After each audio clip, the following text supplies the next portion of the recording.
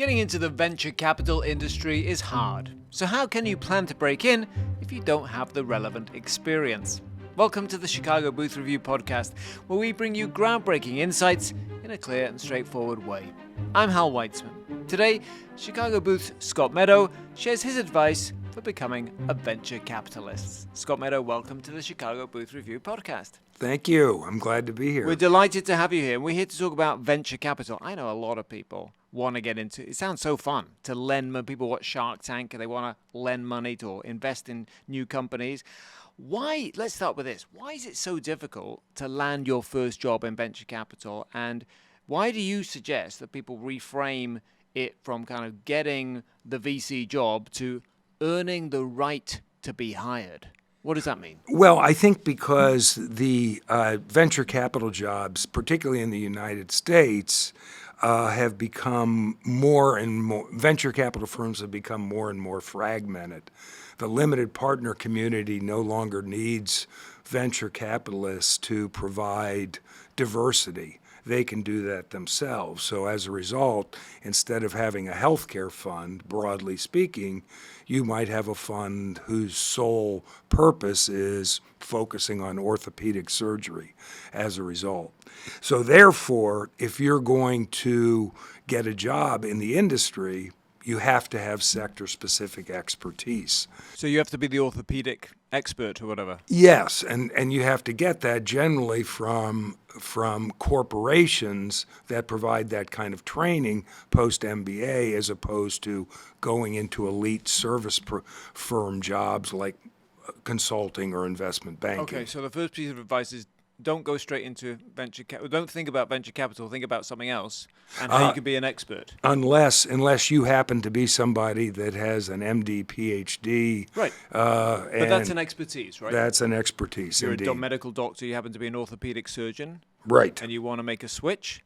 Then I would imagine that would be a good thing to bring into the venture capital. Okay, so you recommend that the first thing you should do once you have that frame about getting the right to be hired or bringing in the expertise is working at a well-financed portfolio company. What do you consider to be well-financed? Well, and how should if I'm applying, how do I assess whether they are well-financed or not? Well, it's a little bit like getting into Chicago Booth, right? Why do people come and hire our students at Chicago Booth? Principally, they do so because the admissions office has pre-selected those individuals, and so therefore the chance of those individuals, being outstanding hires are pretty high. Think about it the same way. The most important thing is safety first. You don't want to be 32, 33, starting a family perhaps, and then all of a sudden be laid off because the firm ran out of money. So in selecting a company to go work for, it would really behoove you to find one that's financed by a top venture capital firm, because the likelihood of that firm running out of money is very, very low if they've got a high brand, a lot of high brand equity in the money that's supporting that venture. Okay, so first job, don't go for someone small and experimental. Not unless your partner or your family has a lot of money. Well, if you have a lot of money, then I suppose there's a whole different conversation. We're talking about normal folks. Okay, so you have a kind of a funnel, right, that helps people think about where they are and how they might progress. It's column 1, column 2, column 3, but essentially you move from firms to portfolio companies to management teams, mentors.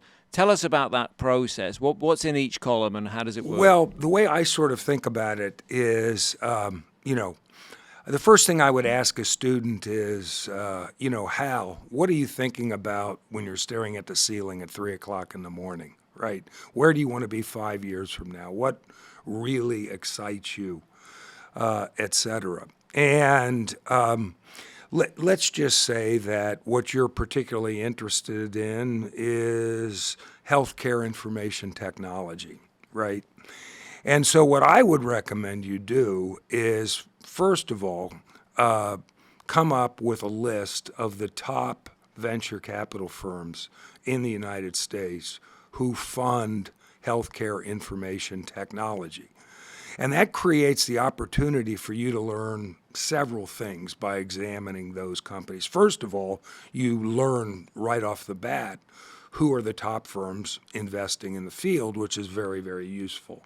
Then if you go into the personnel of the people in the firm, you can get a sense, okay, how do I, Hal, measure up relative to the associates that are in the firm? And if they have distinctive competences that are, different than mine, how do I go about getting those competencies? But that's really 20% of what you want to get out of that. The major thing you want to do is go through, imagine a list of 25 venture capital firms in that first column. And you go in, you sit on your laptop with a glass of wine over 6, 7, 8 weeks, and you It's a big glass of wine. Yeah, it's a big glass of wine, Last you exactly 8 weeks. correct. You can have multiple glasses Oh, you of can, wine. okay. In Now, your suddenly case, I'm excited. Right, I figured Yeah, that would spice things up a yeah. bit for you. And you go in and you look at the companies that, let's say, Andreessen Horowitz has financed. And you're looking at those companies with an eye towards two things in sort of ascending order of importance. Number one, can I, Hal, contribute something to this company? And that's of minor concern. Major concern, am I, Hal, super excited about what this company is doing, right? So if you go through and you're looking at 25 different venture capital firms and probably 30 or 40 different companies. That's hundreds of companies that you're looking at that are in healthcare information technology.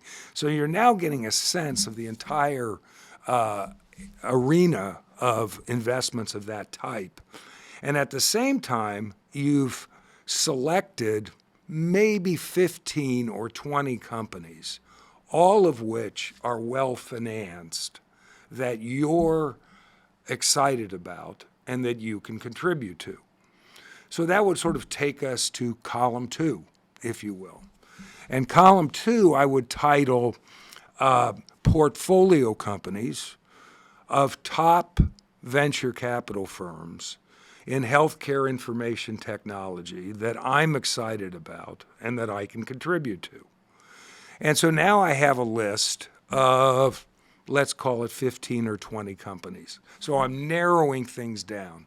And one thing that I can really feel good about as I look at that array of companies is all of them are financed by top venture firms. So the likelihood that they're going to run out of money is very, very low, because those firms not only have plenty of money, but they have the kind of franchise so that if they called somebody to come into even a down round, it's highly likely that they're going to participate.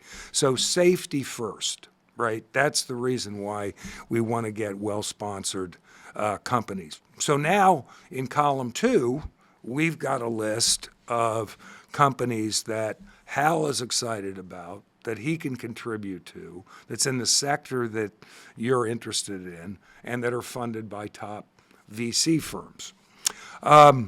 Which brings me to column 3, if you want me to continue Please. on with this. Okay. Yeah. So column 3, I would title portfolio companies of top venture capital firms in healthcare information technology that I'm excited about, that I can contribute to, that are managed by serial entrepreneurs. Because, chances are you haven't really participated in the entrepreneurial ecosystem at the highest level. And so you want to wrap yourself in the blanket of experience.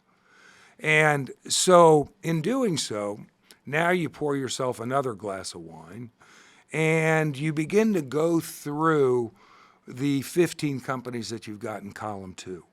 And the 15 companies in column 2, you start looking at the management teams, and you're sort of looking for 3 things in particular. Number one, does the C-suite and your coworkers? It would be great if both were the case. Does the C-suite and your coworkers have sector-specific expertise? Have they worked in a cash-constrained environment, i.e., a company that's been funded by a venture capital firm as opposed to Eli Lilly? And then, most importantly, have they been successful? Have they made money for institutional investors before? So there may be people, the venture capitalists in column one, that want to fund somebody in their first venture. That might be a nice thing for that entrepreneur, but it's not a good umbrella for you to get under if you're trying to learn how to be an entrepreneur. So I'm a big advocate about, having sort of tutorial through my first venture, right? So you go back, you're looking at the 15 different companies, and you're hopefully narrowing those companies down to a more manageable group of, let's call it 3 to 5 companies. And those 3 to 5 companies would be companies that you're excited about, that you can contribute to, that are funded by top people and managed by serial entrepreneurs.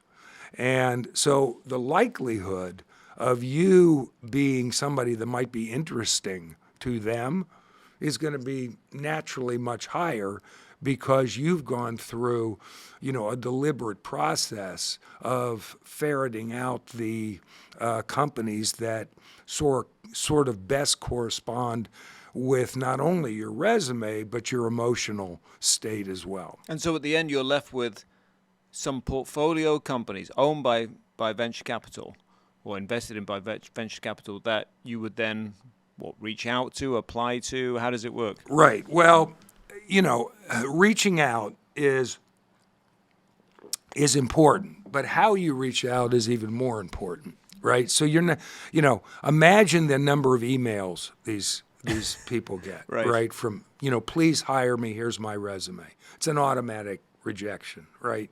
You call them, please hire me. No, that's an automatic rejection. You send them snail mail. That's an automatic rejection. So it's got to be a quid pro quo situation. And you think you have nothing to offer, but, you come from one of the most significant research institutions. This is what you tell your students on planet Earth. This is my last lecture. Right. And, you come from one of the most prestigious research institutions on planet Earth, and most people want to talk to you, given that that's where you come from. So you might call up, you might call up the CEO, and I would recommend starting at the top.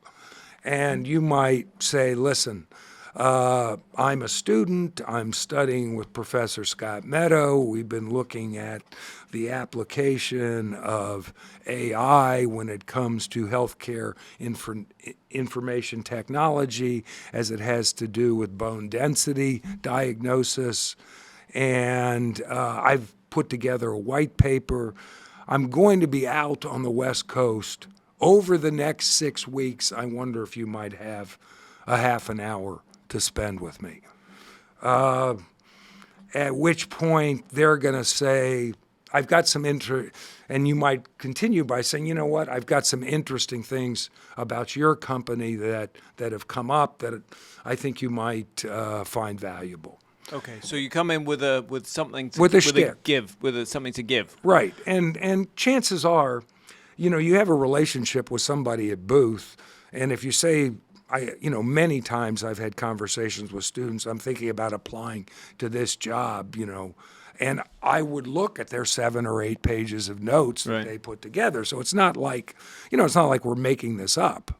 And, you come up with 1 or 2 intelligent things to say, and chances are they're going to say yes.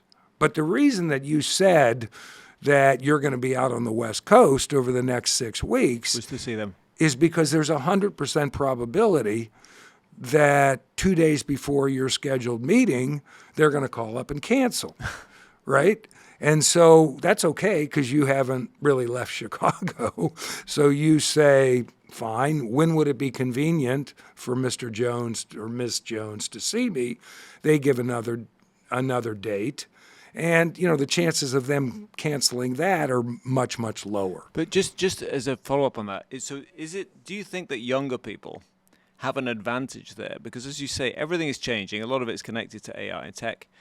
If I say, look, I'm an expert in not only in whatever it was, bone density, but also in AI and application, do I have an advantage over this, maybe older, less tech savvy CEO? I don't really think so, because I think that the experts in AI are going to be the experts in AI, and you're much better.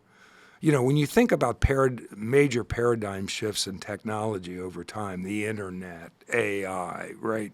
These massive paradigm shifts.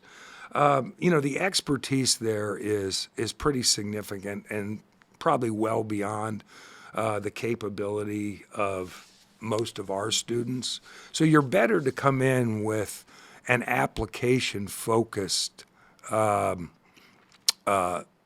of resume, as opposed to, trying to book yourself as an AI expert. Sure, I'm sure we have students at Booth that might fit that role, but probably less likely.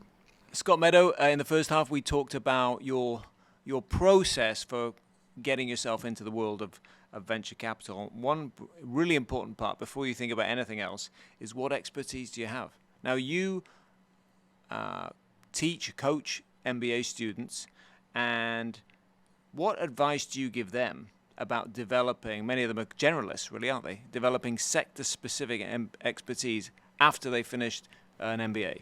Well, I think you've got to think about your MBA differently. You've got to think about your MBA much like your pals from undergraduate thought about medical school, right?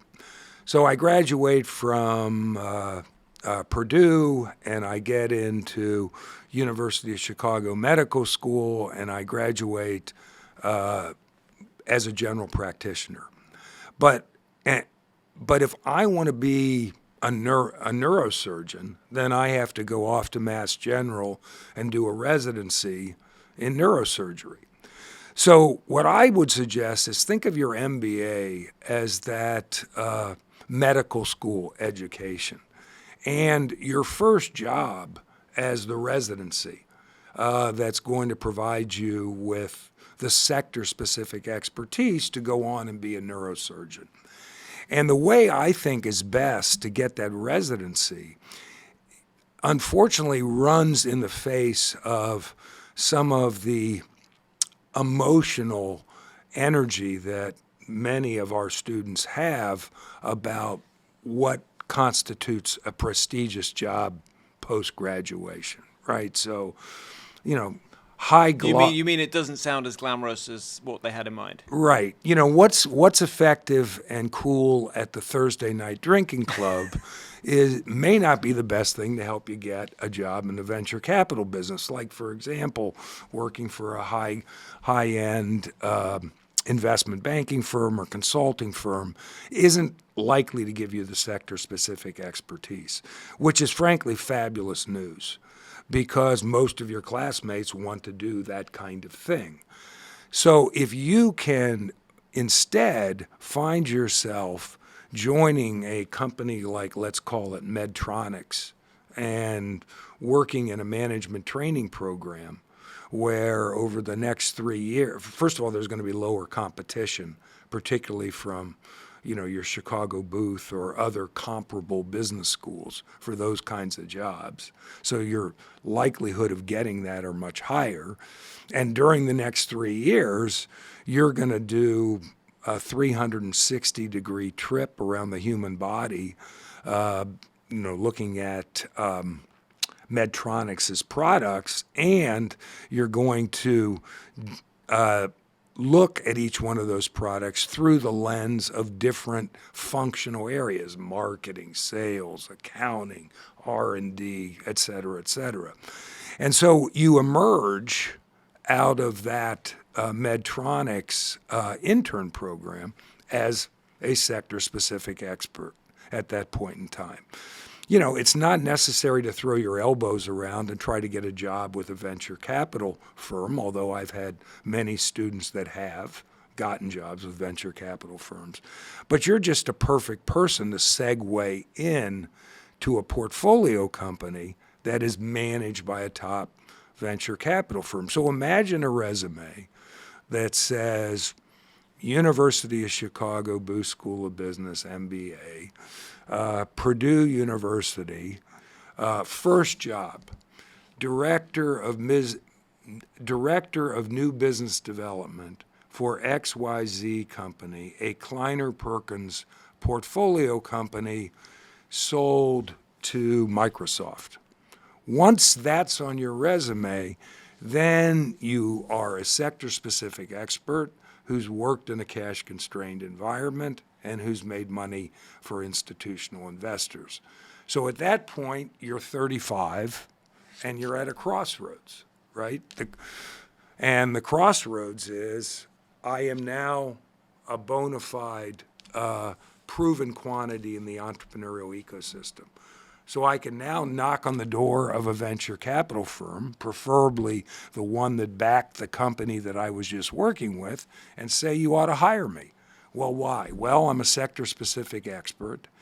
Secondly, if I take a board seat or if you take me to a board meeting, I've already worked in a cash-constrained environment, so I'm going to be able to look at that through an operating lens with a more conservative perspective than I might otherwise have.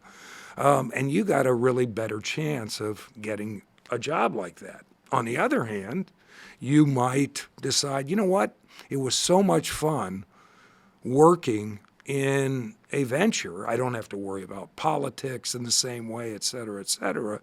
I'm going to join another venture, and you move yourself up the operating chain until hopefully by the time you're 40, you're a CEO of your own company. I see. So there are two paths really. One is Yes. either go through the portfolio companies and gain deeper expertise or different Right. kinds of expertise, and the other one is to go and become more of a generalist. Would you ever worry about getting pigeonholed or getting too specific? I guess on some level that's a worry, although all I've seen is the limited partner community become more and more interested in focus, right? Particularly on the venture side of the house, which is what we're talking about as opposed to the private equity side of the house. So I think to the extent that, you can get that deep expertise, and medical devices are not all medical devices, but there's enough similarity where you could probably make your way over a broader swath of the landscape than you might think. Mm-hmm. And it really makes a difference to be in a portfolio company as opposed to just being in a public company. Well, no, because at a public company, you've never worked in a cash-constrained environment. I see. So that's the difference. Yeah, I mean, I'm a clinical professor, which means, I'm not getting a free first-class ticket to Oslo. That's not in my future, but theoretically I can afford my own first-class ticket to Oslo, right? And as a clinical professor, what's my biggest regret, as a practicing venture capitalist over, multiple years, that I had never worked for a portfolio company. I would have arguments with CEOs, and they would say, what the heck do you know, Scott? You've never run anything. And whether I was right or wrong, my credibility wasn't at the highest level. So what I always say is, don't take a job with a venture capital firm unless you have work experience in a portfolio company, unless you get a job with a venture capital firm. And if you do, then you'll of course figure it out because you're smart. But it would be better if you had that preparation. Okay. Now, I know that we've talked exclusively about America, but I know you have some thoughts about, and obviously when you're teaching, perhaps most of your students are not from the United States. So how do you think different geography would change your strategy? Like, I know you have some thoughts about India or different kinds of markets. Well, if you think about economies that are at at an earlier phase in the entrepreneurial evolution, your job's going to be very different in those economies, right? You take me in 1982, right? So I join. Why was I hired at the venture capital firm? Well, I had gone to some fancy schools. I had worked for BCG and Booz Allen, so I had high gloss service firm experience, which was important because they were interested in hiring somebody that could do analysis. Because on Monday, I'm looking at a biotech deal. On Tuesday, it's a retail deal. On Wednesday, it's telecom.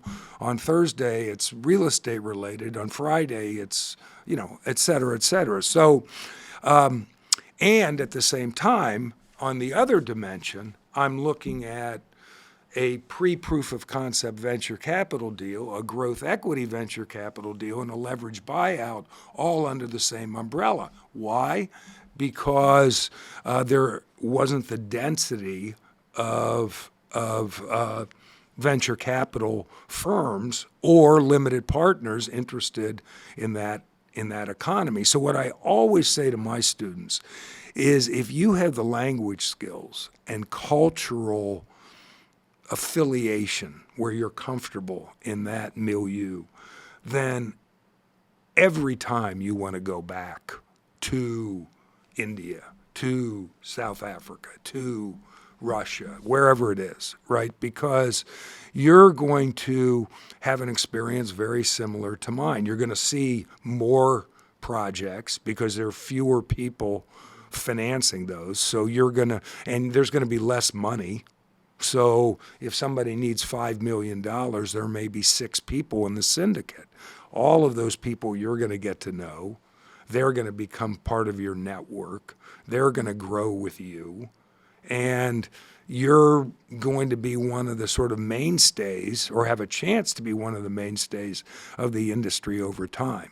So it's exciting to work in an entrepreneurial ecosystem like the United States, but you're a much less differentiated candidate in that environment than you might be taking your wares back to an entrepreneurial ecosystem that's at an earlier stage. Right. What about, so I know that we've talked a lot about MBAs, and those days were, it was great to be young, but some of us aren't so young anymore. What would you say to someone who is, going through a stage in their career where they want to make a switch, but they have the deep expertise you're talking about, not necessarily in a portfolio company, but they have deep domain expertise, like you mentioned, an MD, and they want to move into venture capital? Well, I think if you have sector-specific expertise and functional expertise, you can be very valuable in the venture capital arena, right? Because the most important feature besides the technology is the ability to communicate what's different about that technology.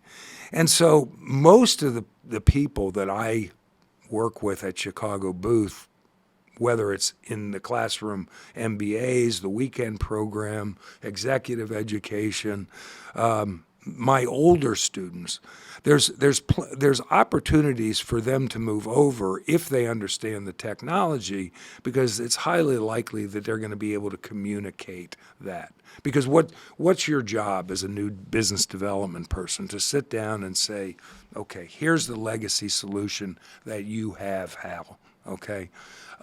If you adopt our disruptive concept, it's going to improve things for you in this way. The economics of you buying this product is going to affect you in this way. And in terms of all the entrenched learning that your staff has in the legacy solution, here's how we're going to solve that particular problem for you. So there's many people that can do that regardless of where they sit age-wise at Chicago Booth. But if you have a little bit more experience, you're going to be more effective in that job. But where I feel like my older students have their best opportunity with the least disruption is actually in the private equity world more than the venture capital world.